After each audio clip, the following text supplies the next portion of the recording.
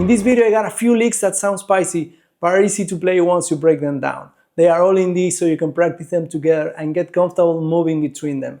Each one's based on a simple idea you can use right away. Even if you only learn one, it's worth it, especially the last one. The tabs are in a free PDF I made. The link is in the description.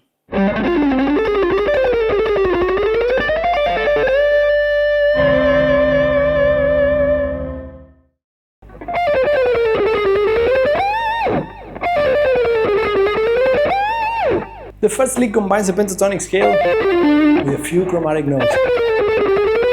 Those are the ones that spice it up. The tricky part here is the slide on the second string from B flat to A while we're doing the alternate picking. But that's what also creates that cool effect. And if the last bend gives you trouble, you can also resolve by bending the C at the 13th fret. You can do this.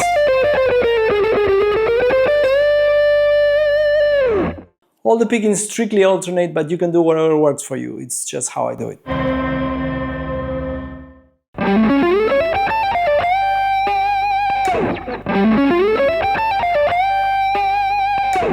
There's something mysterious and haunting about the sound of the alto pentatonic, which in this case is the pentatonic you know with the raised 7th. Here we'll combine positions 1, 2 and 3 of this alto pentatonic for this super cool lick.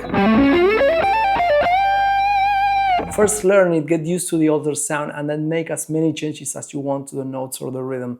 You can use it in so many ways.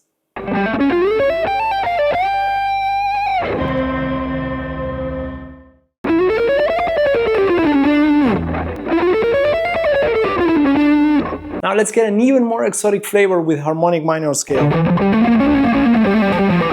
We hear the harmonic minor and we think neoclassical, Ingve, Jason Becker, but it can be used in many different ways. Try this lick in a different context and you'll see how versatile this scale is. I'm playing strict alternate picking throughout the whole lick, but you can play it however you want.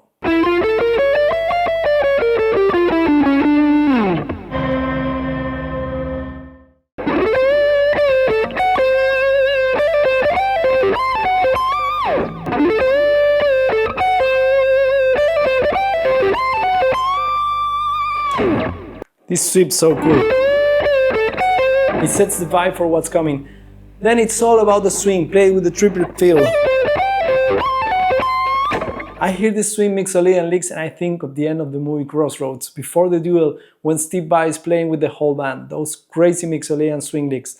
I like that scene so much and what he plays there, even more than the duel itself. A cool variation on this lick is to play the last section 1 octave lower.